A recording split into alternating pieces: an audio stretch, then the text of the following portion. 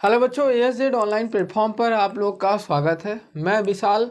आज मैं आप लोग को ट्रिग्नोमेट्री का एक्सरसाइज 8.2 का इंट्रोडक्शन क्लास स्टार्ट करने जा रहा हूँ। ठीक है, जो कि कॉन्सेप्ट है सम बेसिक स्पेसिफिक एंगल के बारे में। मतलब ट्रिग्नोमेट्री में कुछ ऐसे एंगल डिफाइन किए गए हैं जो कि आपको इस सिलेबस में पढ़ना है, जैसे 0 degree Celsius, 0 degree, 30 degree, 60 degree, 45, 90 degree. ये जो एंगल है इनके बारे में हम लोग को विस्तार से पढ़ना है। ठीक है, तो आइए देखते हैं। सबसे पहले बात करते हैं, जैसे देखो क्या है कि इसको डिफाइन करने के लिए सबसे पहले बोला गया कि आप क्या करें।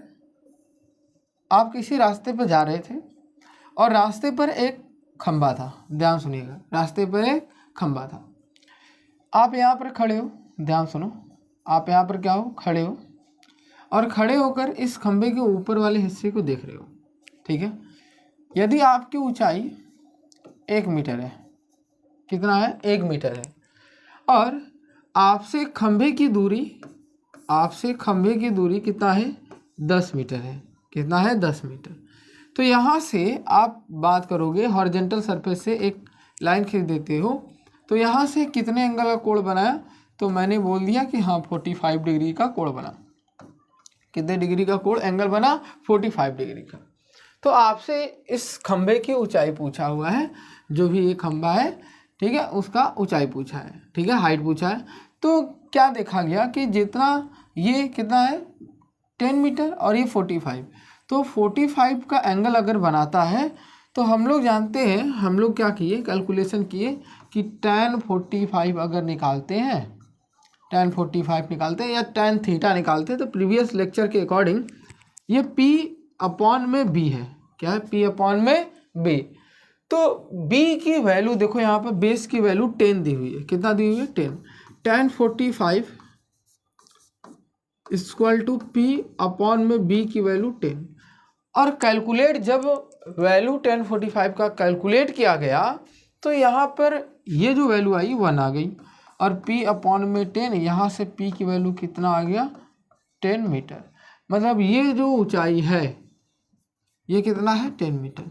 तो बोलोगे क्या सर इसकी ऊंचाई 10 मीटर होगी, तो आप बोलोगे नहीं, 10 मीटर नहीं होगी। क्यों? क्योंकि 1 मीटर ऊंचे या लंबे आप भी तो हो, तो इसका मतलब यहाँ से यहाँ तक की लंबाई 1 मीटर होगी। तो टोटल खंबे की ऊंचाई कितनी होगी, 11 मीटर।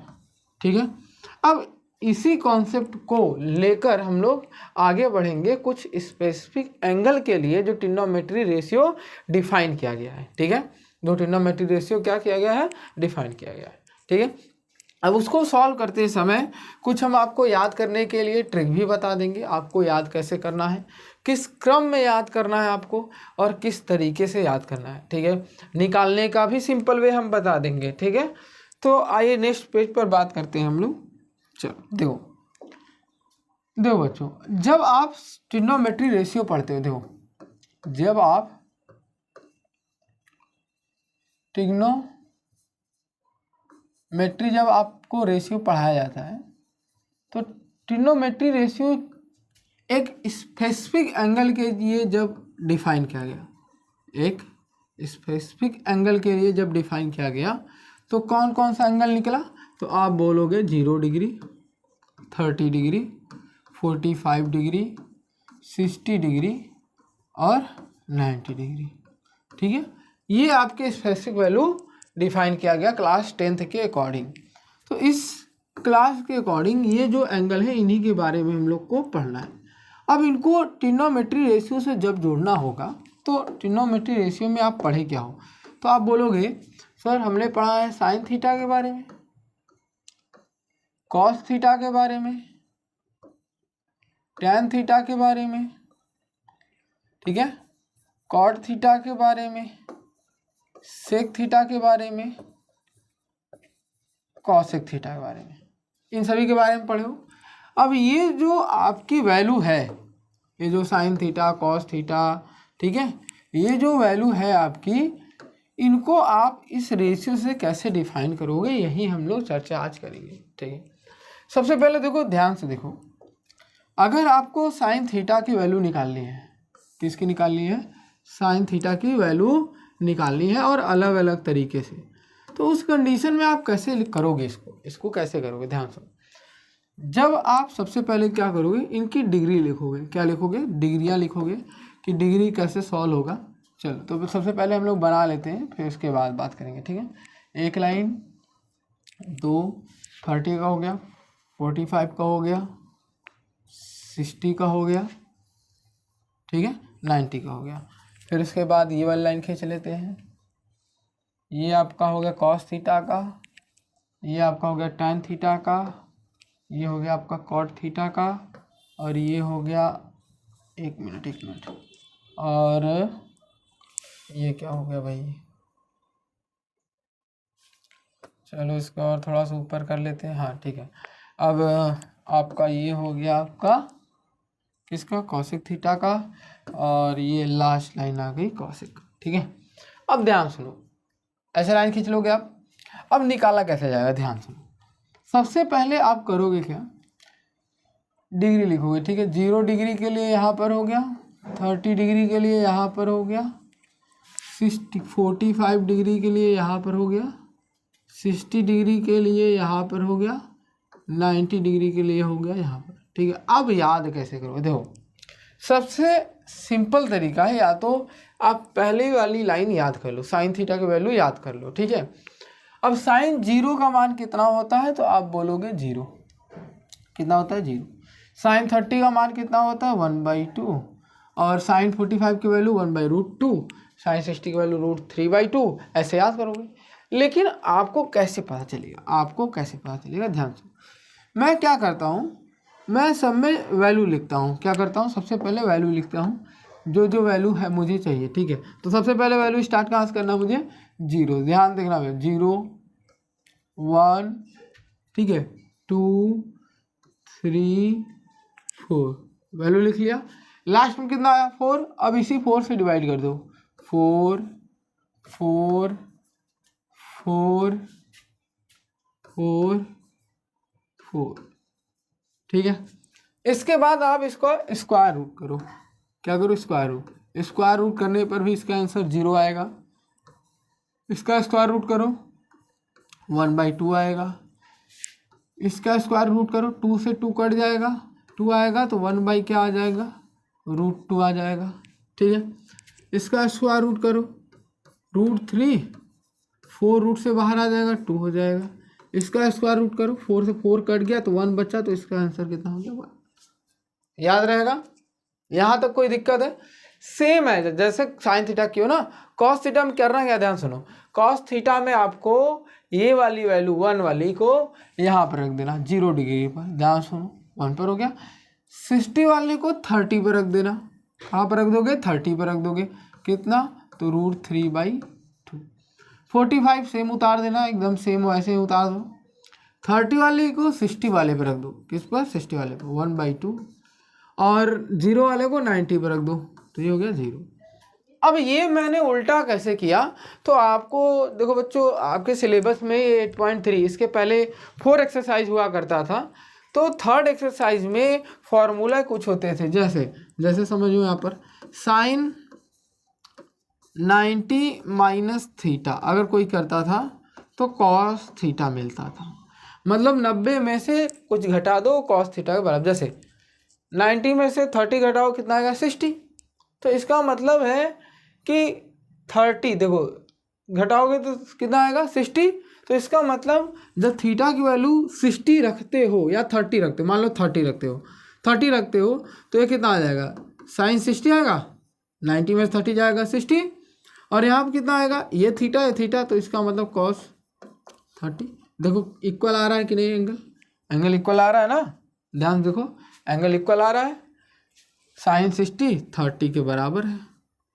क्लियर है। तो ये वाली एक्सरसाइज आपके एक्सरसाइज में कट गया है, ठीक है।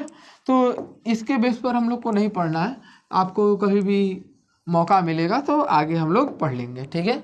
चलो आगे बात करें।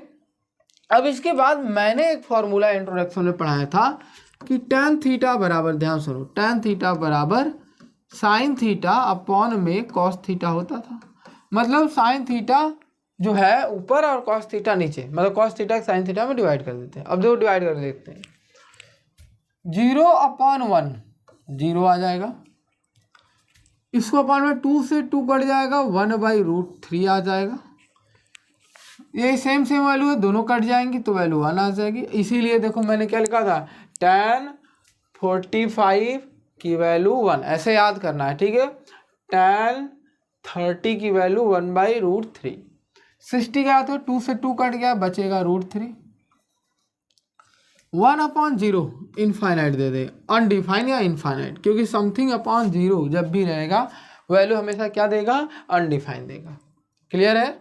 चलो आगे बात करते हैं। देखो कॉट थीटा दिया, क्या दिया है, कॉट थीटा। अब एक चीज़ बताओ, मैं tan थीटा बराबर क्या पढ़ा था, 1/, में कॉट थीटा पढ़ाया था कि नहीं, आपको पढ़ा था। मतलब जो भी tan थीटा होगा उसका उल्टा लिख देते हैं, वो कॉट थीटा हो जाएगा। अब यहाँ पर देखो 0 का उल्टा 1/0, तो इसका मान इनफाइनाइट देने लगे। 1/√3, तो √3 ऊपर चला जाएगा। 1 का उल्टा 1 ही रहेगा, √3 उल्टा करोगे 1/, में √3 हो जाएगा।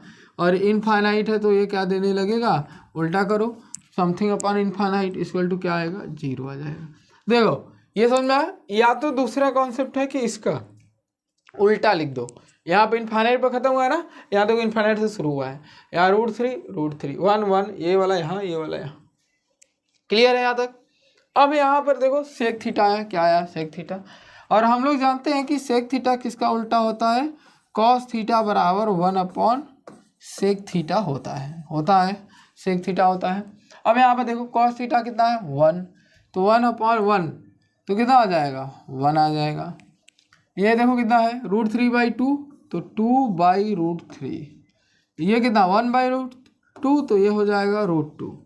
ये कितना है 2, तो ये 1/2 है, तो ये क्या 2 हो जाएगा। और ये कितना है 0, तो ये कितना हो जाएगा 0। ठीक है, सॉरी 0 नहीं, अनडिफाइन होगा, इनफाइनाइट। ठीक है, समझ में आया यहाँ तक, क्लियर है। एक लास्ट है कॉसेक थीटा। अगर आप कॉसेक थीटा की बात करते हो, कॉसेक थीटा, तो 1/sin थीटा होता है कि नहीं, 1/sin थीटा होता है। साइन थीटा को उल्टा लिखो, 0 है तो ये अनडिफाइन देने लगेगा, 1/2 है तो 2 देगा, 1/√2 है तो √2 देगा, √3/2 है तो 2/√3 देगा, और ये 1 है तो ये कैंसर देगा, 1 देगा। अब ये भी देख लो, उल्टा लिखा है, यहाँ 1 है, यहाँ 1 है, यहाँ 2/√3, यहाँ 2/3, ये सेम हो गया। ये वाली वैल्यू यहाँ पर, ये वाली वैल्यू यहाँ पर। क्लियर है यहाँ तक, सबको समझ में आया। आई होप कि ट्रिग्नोमेट्री रेशियो जो स्पेसिफिक एंगल है आपको ये समझ में आ गया होगा, कैसे निकालेंगे, कैसे याद करेंगे। अब देखो किसी एक से भी सब मैं निकाल सकता हूँ। अगर ये आपको याद है तो इसका उल्टा यहाँ पर हो जाएगा, डिवाइड करोगे ये हो जाएगा, इसका उल्टा ये है, इसका उल्टा ये वाला है, और इसका उल्टा ये है। ठीक है, तो आप ऐसे भी याद कर सकते हो, लेकिन आपको याद होना चाहिए, क्योंकि एग्जाम में जब भी इसके क्वेश्चन आएंगे आपको वैल्यू याद होनी चाहिए, तभी आप इसके प्रश्न कर पाओगे। अगर वैल्यू याद है तो एक भी प्रश्न आपको क्या होगा, फंसेगा नहीं। ठीक है, इतना समझ में। चलो आगे हम लोग बात करते हैं, कुछ स्पेशल कंडीशन होते हैं। जैसे कंडीशन में कैसे, कुछ स्पेशल आपको कंडीशन सिखा दे रहा हूँ। जैसे मान लो एग्जाम में एक आता है साइन स्क्वायर थीटा, एक होता है साइन थीटा स्क्वायर, और एक होता है साइन थीटा का होल स्क्वायर, ऐसे लिखा होता है ना। इस तरीके से लिखा हो, चाहे जो भी ट्रिग्नोमेट्री रेशियो हो, इस तरीके से अगर लिखा रहेगा तो ये दोनों वैल्यू सेम होती है, जो ऊपर और नीचे वाली है वो सेम है। चाहे आप साइन स्क्वायर थीटा रखो, चाहे साइन थीटा का स्क्वायर, या तो इसको मैं बोल सकता हूँ, इसको कैसे बोल सकता हूँ कि साइन थीटा का स्क्वायर, मैं इसको ऐसे भी बोल सकता हूँ। तो इसका मतलब ऊपर और नीचे वाला क्या है, सेम है, वैल्यू क्या है, सेम। लेकिन जब ये वाला आएगा साइन स्क्वायर थीटा, तो इसका मतलब कह रहा है कि जो साइन स्क्वायर थीटा है सिर्फ थीटा का स्क्वायर किया जाएगा। किसका स्क्वायर किया जाएगा, थीटा का स्क्वायर। जैसे मान लो 30 डिग्री है तो डिग्री का सिर्फ स्क्वायर होगा, लेकिन ये क्या कहता है कि जो थीटा की वैल्यू आएगी उसका स्क्वायर होगा। समझ में आ रहा है। अब एक और प्रश्न, जैसे मान लो साइन 2 थीटा एक दिया है और साइन थीटा और 2 दिया है, इसमें भी फर्क है। जैसे अगर इसको लिखोगे तो 2 मल्टीप्लाई, मान लो थीटा की वैल्यू मान लो 30 डिग्री है, 2 मल्टीप्लाई बाई साइन 30 लिखोगे, लेकिन इसको लिखोगे तो sine 2 multiply by 30 it mean sine 60 हो जाएगा। समझ में आ रहा है सबको? तो ये कंडीशन आप याद रखोगे क्योंकि ये बहुत काम देगा। ठीक है, क्लियर है यहाँ तक? यहाँ तक आप लोग को कोई दिक्कत नहीं? चलो आगे हम लोग बात करते हैं। अब चलते हैं क्वेश्चन की तरफ। अगर आपको देखो आप ये याद कर लेते हो, अगर ये आपको याद है तो क्वेश्चन देखो कैसे कर लेते हैं, तुरंत ऐसे चुटकी बजा कर देखो कैसे करते हैं। एग्जाम्पल नंबर 6 है, in a given triangle right angle triangle B and A B दिया है 5 सेंटीमीटर, इसमें दिया है ए बी 5 सेंटीमीटर। ठीक है, फिर उसके बाद दिया है ए बी सी, मतलब सी एंगल कितना है 30 डिग्री है। आपको determine the length of the side of B C and A C, आपको जो बचा हुआ साइड है ट्रायंगल का वो निकालना है। देखो कैसे निकालोगे, एक चीज़ अपने सोचो। देखो मैं एक बार फिर से बना रहा हूँ ट्रायंगल। ठीक है, अब ध्यान सुनो, ये ट्रायंगल है। ठीक है, कैसे आपको सॉल्व करना है, ठीक है, कैसे आप समझोगे वो चीज़ हम लोग को बहुत इंपॉर्टेंट है। ये हो गया 5 सेंटीमीटर। ठीक है, अगर आपको ये एंगल दिया है, मैंने सिखाया वही ध्यान देना। ये एंगल है तो एंगल के सामने वाला परपेंडिकुलर, इट मीन्स परपेंडिकुलर आपका 5 सेंटीमीटर दिया हुआ है। आपको बेस क्वेश्चन मार्क बोल दिया है और हाइपोटेनस भी क्वेश्चन मार्क बोल दिया है। ठीक है, और आपको थीटा की वैल्यू दी हुई है 30 डिग्री। अब आप रिलेशन खोजो। पहले पी और बी में रिलेशन कौन बताता है, तो बोलोगे tan थीटा। देखो कोशिश करना साइन कॉस tan लगाने के लिए। कॉट की वैल्यू थोड़ा याद करने में आपको कॉम्प्लिकेटेड होता है, सेक का भी और कॉसेक का भी।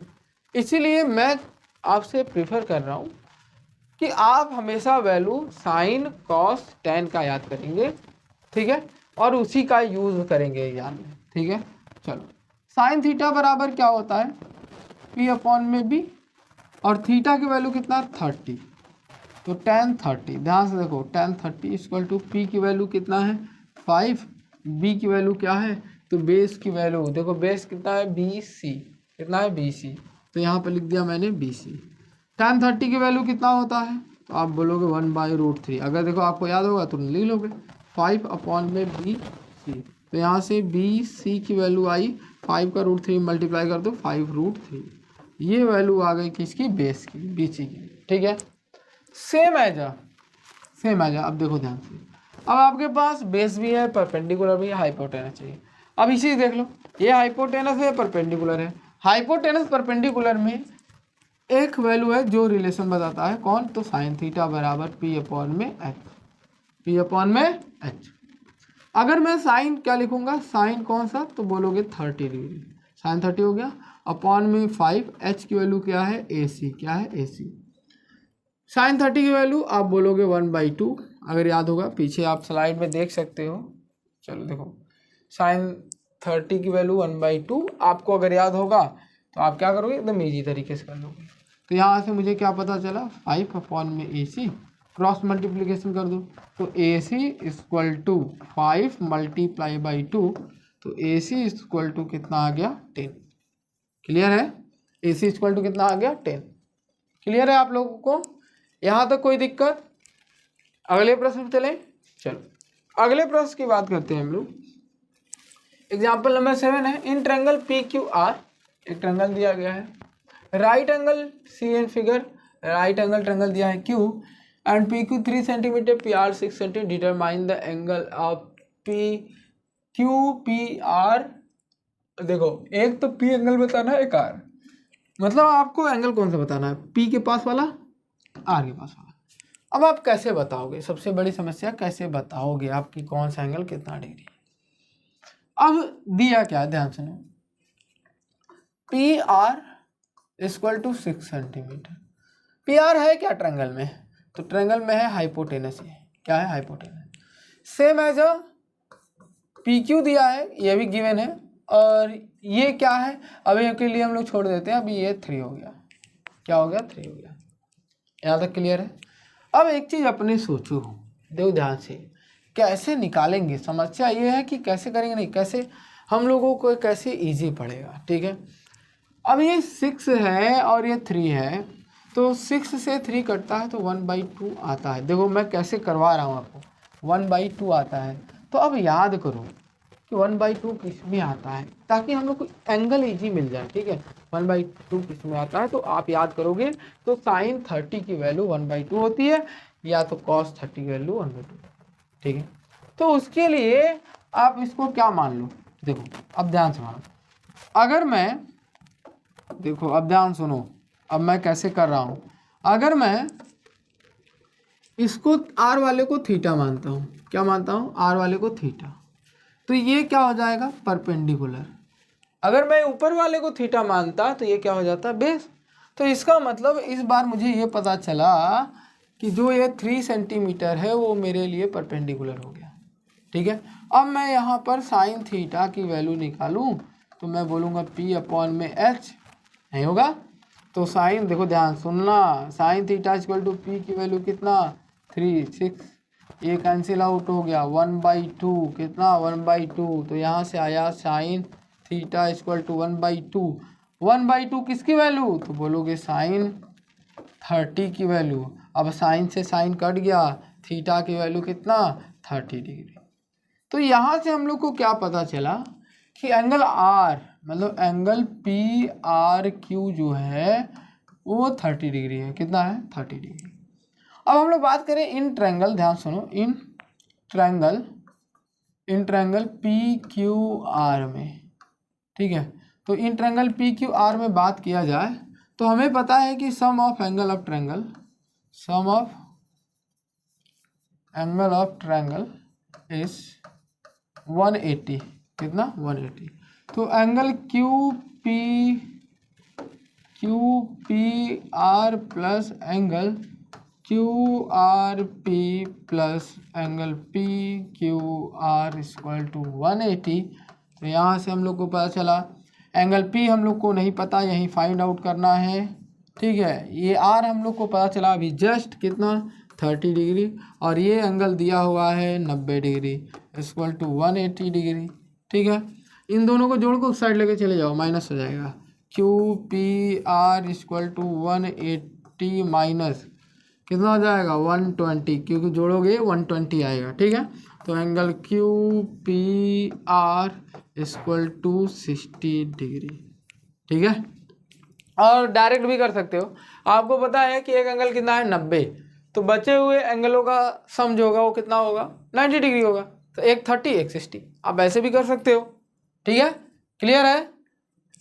अगला प्रश्न देखते हैं हम लोग। Example number 8, if the sine A minus B equal to 1/2 and cos A plus B equal to 1/2, then find the value of A and B। बोला गया है A is greater than B होना चाहिए, और A और plus B को add करने पर भी या तो 0 से बड़ा होना चाहिए, या तो 90 से छोटा या इक्वल होना चाहिए। ये बोला है, कंडीशन अप्लाई किया है। ठीक है, तो देखो इसके लिए मैं फिर बार बार बोल रहा हूँ, आपको ये याद होना चाहिए कि कब वैल्यू 1/2 होंगी, कब 1/2 नहीं होंगी, कब √3/2 होंगी, 1/√2 कब होगा, तो आपको याद होना चाहिए। अब देखो आप क्या लिखोगे, ध्यान सुनो, आप लिखोगे ना sine A minus B equal to कितना, 1/2 लिखोगे, ये लिखोगे। अब आपको सोचना पड़ेगा ना कि 1/2 किसकी वैल्यू होगी, क्योंकि साइन से साइन हटाना पड़ेगा, तभी एक लीनियर इक्वेशन वेरिएबल आप उसमें सब्स्टिट्यूशन एलिमिनेशन मेथड पढ़े थे ना, तभी आप लगा पाओगे। तो साइन से साइन काट दें, तो साइन से साइन काटने के लिए 1/2 किसकी वैल्यू है, तो आप बोलोगे साइन ब्रैकेट में A minus B equal to sine कितना, तो आप बोलोगे 30 डिग्री। यहाँ साइन से साइन कट गया तो यहाँ आया A minus B equal to 30 degree, और इसको मैंने इक्वेशन नंबर फर्स्ट बोल दिया। सिमिलरली अगर मैं cos A minus B equal to 1/2 लिखा हूँ, तो इसका मतलब cos A minus B equal to 1/2 किसकी वैल्यू है, तो आप बोलोगे कॉस 60 डिग्री का। कॉस से कॉस कट गया तो यहाँ से आया A माइनस, यहाँ पर प्लस है ना, तो यहाँ पर हम लोग प्लस कर लेते हैं, A plus B equal to कितना, 60 डिग्री। इसको मैंने नाम दिया इक्वेशन नंबर 2। ठीक है, फिर उसके बाद हम लोग क्या करेंगे, फ्रॉम फर्स्ट एंड सेकेंड, ठीक है, मतलब a minus B equal to मुझे मिला है 30 और एक मिला है a plus B equal to मिला है 60। अगर दोनों इक्वेशन को मैं जोड़ देता हूँ तो ये कैंसिल, तो 2a बराबर कितना 90, तो 2 से ये 90 काट दो तो a बराबर कितना आ गया 45। कितना आ गया 45। किसी एक इक्वेशन में ले जाके रख दो, ठीक है, किसी एक इक्वेशन में जाके रख दो। तो यहाँ पर रख देते हैं हम लोग, किसकी a की वैल्यू इस वाले में रख लेते हैं, a plus B equal to कितना 60। तो यहाँ से a की वैल्यू पुट करते हैं, तो a की वैल्यू कितना है 45 प्लस b इक्वल टू 60। तो यहाँ से b इक्वल टू 60 माइनस 45, तो b की वैल्यू आ गई 15 डिग्री। क्लियर है, यहाँ तक क्लियर है? इस क्वेश्चन में कोई डाउट है? चलो यहाँ तक समझ में आया। तो आज के लिए बस इतना ही। इंट्रोडक्शन क्लास में आपको इतना समझ में आया कि वैल्यू पुट करना पड़ेगा, और दूसरी बात कि आपको याद रखना पड़ेगा कि वैल्यू क्या है, किसकी वैल्यू है, ठीक है। अगर याद कर लेते हो तो आप तुरंत कॉन्सेप्ट को याद करोगे और उसे अप्लाई करना सीख जाओगे, ठीक है। तो मिलते हैं अगले वीडियो में, तब तक के लिए धन्यवाद।